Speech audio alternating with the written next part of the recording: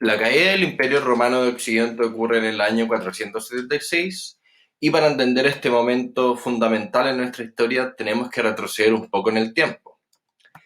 Para el año 117 el Imperio Romano se convertía en uno de los más grandes del mundo, año en el que alcanza su mayor extensión territorial, abarcando desde lo que hoy es Inglaterra hasta Irán. Esto hizo que la gobernación del territorio se hiciera muy difícil por parte de sus gobernantes, como también la defensa de sus enemigos que se apostaban en su frontera.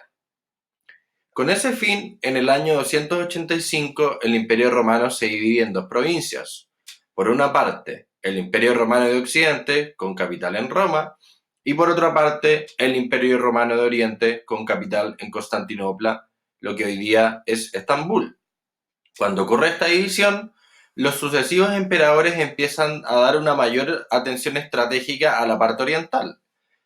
La mayor parte del ejército romano se aposta en la parte oriental y la mayor parte de los recursos que recauda el Imperio Romano a lo largo de sus provincias se focalizan en la parte oriental, empezando a dejar un poco de lado a la parte occidental que en algún momento fue muy importante. Esta debilidad de la parte occidental empieza a quedar en evidencia con las presiones de los pueblos germanos que ejercen en el Imperio Romano. Los germanos son distintos pueblos que se ubican en la frontera del Imperio Romano, en donde estoy dibujando una marca roja con el lápiz. A lo largo de esta frontera, distintos grupos de germanos, como los visigodos, los vándalos y alanos, vivían allí. Lo que empieza a ocurrir es que desde el año 375 los hunos empiezan a invadir Europa y estos hunos son muy violentos y muy brutales, lo que genera pánico en estos distintos grupos de germanos,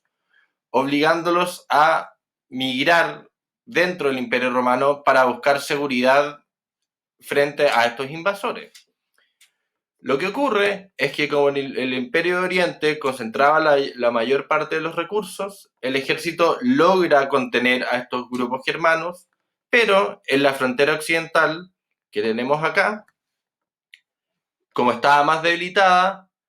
el ejército no fue capaz de contener estas migraciones de germanos,